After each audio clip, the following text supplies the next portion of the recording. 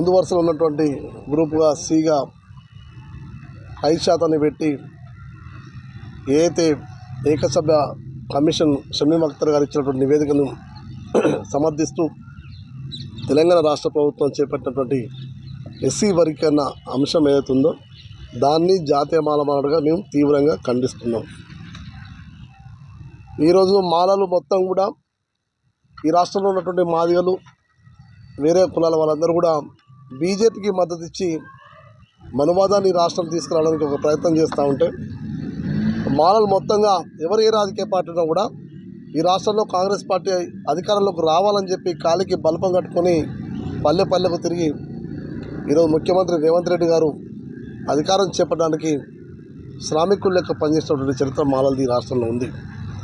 కానీ నమ్మిన వాడే నమ్మించి మోసం చేసి గొంతు కోసిన తరుణంలో ఈరోజు రేవంత్ రెడ్డి గారు చేసినటువంటి కుట్ర ఈరోజు మాలలు మొత్తం కూడా బలవుతున్న సందర్భం. మాకు మంచి గిఫ్ట్ వర్గీకరణ పేరుతో ఇచ్చింది ఇప్పుడు రేవంత్ రెడ్డి గారు. మేము ఇదే సందర్భంగా మామూలు కేంద్రంగా మేము చెప్తున్నాం, రిటర్న్ గిఫ్ట్కు సిద్ధంగా ఉండాలి ముఖ్యమంత్రి రేవంత్ రెడ్డి గారు అని చెప్పి కూడా భవిష్యత్తులో మాలలో రిటర్న్ గిఫ్ట్ ఇస్తారని చెప్పి ఈ సందర్భంగా తెలియజేస్తున్నాం.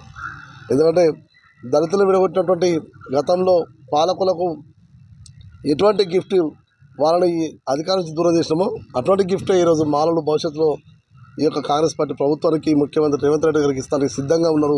తీసుకోవడానికి కూడా పాలకులు సిద్ధంగా ఉండాలని చెప్పి ఈ సందర్భంగా తెలియజేస్తాను. ఈరోజు 2011 జనాభా లెక్కలంటే 2025 ఇది సుమారు 13-14 సంవత్సరాల కాండి దళితులలో చాలా మార్పులు వచ్చినాయి. ఆర్థికంగా, సామాజికంగా, రాజకీయంగా చాలా మార్పులు వచ్చినాయి.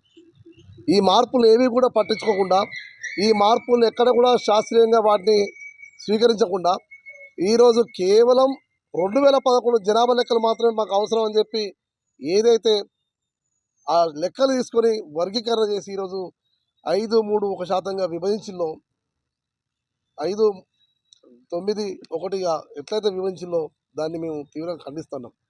ఆ లెక్కల మొత్తం కూడా మాలల్ని తక్కువ చేసి చూపించింది. మాలల్ని మొత్తం కూడా జనాభా లెక్కలలో పూర్తిగా మాలల్ని అణచివేసేటట్టు ఉంటుందండి. ఈరోజు రాష్ట్రంలో మాలల యొక్క హక్కుల్ని, మాలల యొక్క అస్తిత్వాన్ని దెబ్బ కొట్టేటువంటి ప్రయత్నం జరిగింది. ఆ ప్రయత్నంలో మేమంతా బలైపోయినాం. కానీ భవిష్యత్తులో బలి చేస్తాను కూడా మేము సిద్ధంగా ఐక్యంగా ముందుకు వస్తామని చెప్పి కూడా ఈ సందర్భంగా తెలియజేస్తా ఉన్నాం. ఈరోజు నరేంద్ర మోడీ గారు వేసినటువంటి అస్త్రం ఇది, వర్గీకరణ అస్త్రం. తను న్యాయస్థానాల ద్వారా ఈరోజు సుప్రీంకోర్టు ఇచ్చినటువంటి తీర్పు ద్వారా ఈరోజు వర్గీకరణ చేపట్టాలని చెప్పి ప్రభుత్వాలకు సూచన చేస్తే ఆ సుప్రీంకోర్టు ఇచ్చినటువంటి ఆదేశాలను కూడా బేఖాతరు చేసింది రాష్ట్ర ప్రభుత్వం. శాస్త్రీయమైనటువంటి ఆధారాలు, శాస్త్రీయమైనటువంటి లెక్కలతోటి మీరు వర్గీకరణ ప్రయత్నం చేయమంటే ఈరోజు ఆ శాస్త్రీయత కోల్పోయి ఈరోజు వర్గీకరణ అంటే కేవలం అక్కడ నరేంద్ర మోడీ గారి మెప్పు కోసం, ఇక్కడ చంద్రబాబు నాయుడు గారి మెప్పు కోసమే రేవంత్ రెడ్డి గారు, మాదిగల మెప్పు కోసమే రేవంత్ రెడ్డి గారు ఈరోజు వర్గీకరణ చేసింది తప్ప వేరే ఉద్దేశం లేదనే విషయాన్ని స్పష్టంగా చెప్పాల్సుకున్నాం. ఇలా ఒక్క వర్గాని కోసం, ఓటు బ్యాంకు రాజకీయాల కోసం ఒక వర్గాన్ని యొక్క అస్తిత్వాన్ని దెబ్బ కొట్టే ప్రయత్నం అది మంచిది కాదు రాష్ట్ర రాజకీయాలలో అని చెప్పి ఈ సందర్భంగా తెలియజేసుకుంటూ, ఈరోజు మాలల శాసనసభ్యులు ఎవరైతున్నారో, పార్లమెంట్ సభ్యులు ఎవరైతున్నారో దీని మీద స్పష్టమైన వైఖరి బయటకు తీసుకురావాలి.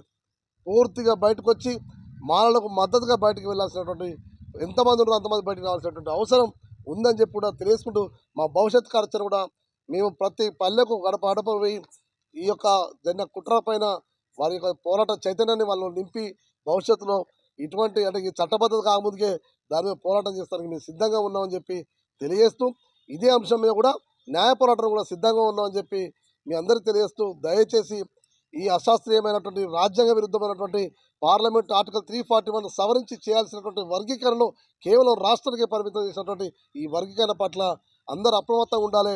భవిష్యత్తులో రిజర్వేషన్లు దెబ్బకొట్టే కుట్రలో భాగమే మొన్న అసెంబ్లీలో తీర్మానం అని చెప్పి ఈ సందర్భంగా తెలియజేస్తాను.